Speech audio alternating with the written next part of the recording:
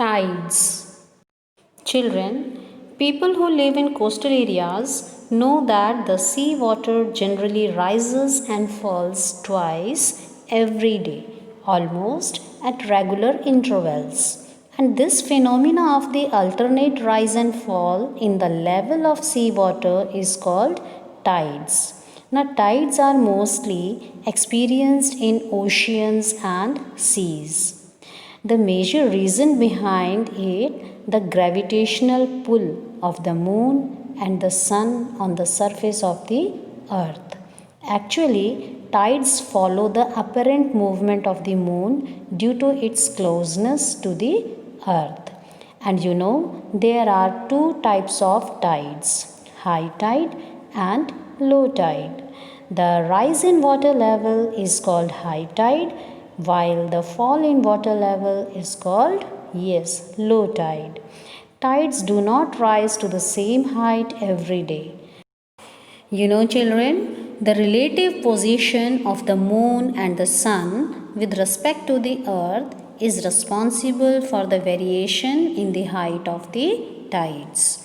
And there are two extreme positions, like on full moon and new moon, the sun, the moon, and the earth, they are almost in a straight line, and the sun and the moon exert a combined gravitational pull.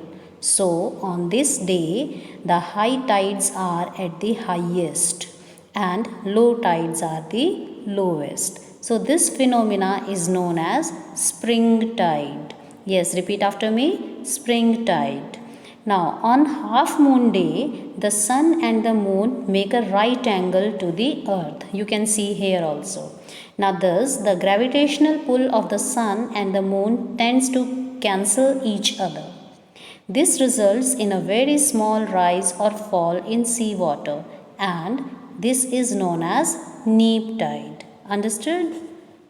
Importance of tides, or you can say the effects of tides. Children, they are very important for us as they are helpful in navigation.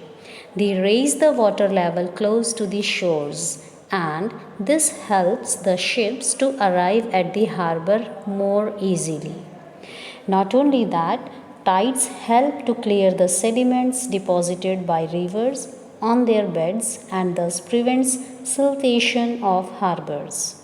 Now, during high tide, the saline seawater is stored in low lying coastal areas. This saline water is spread out in the fields and used to make common salt.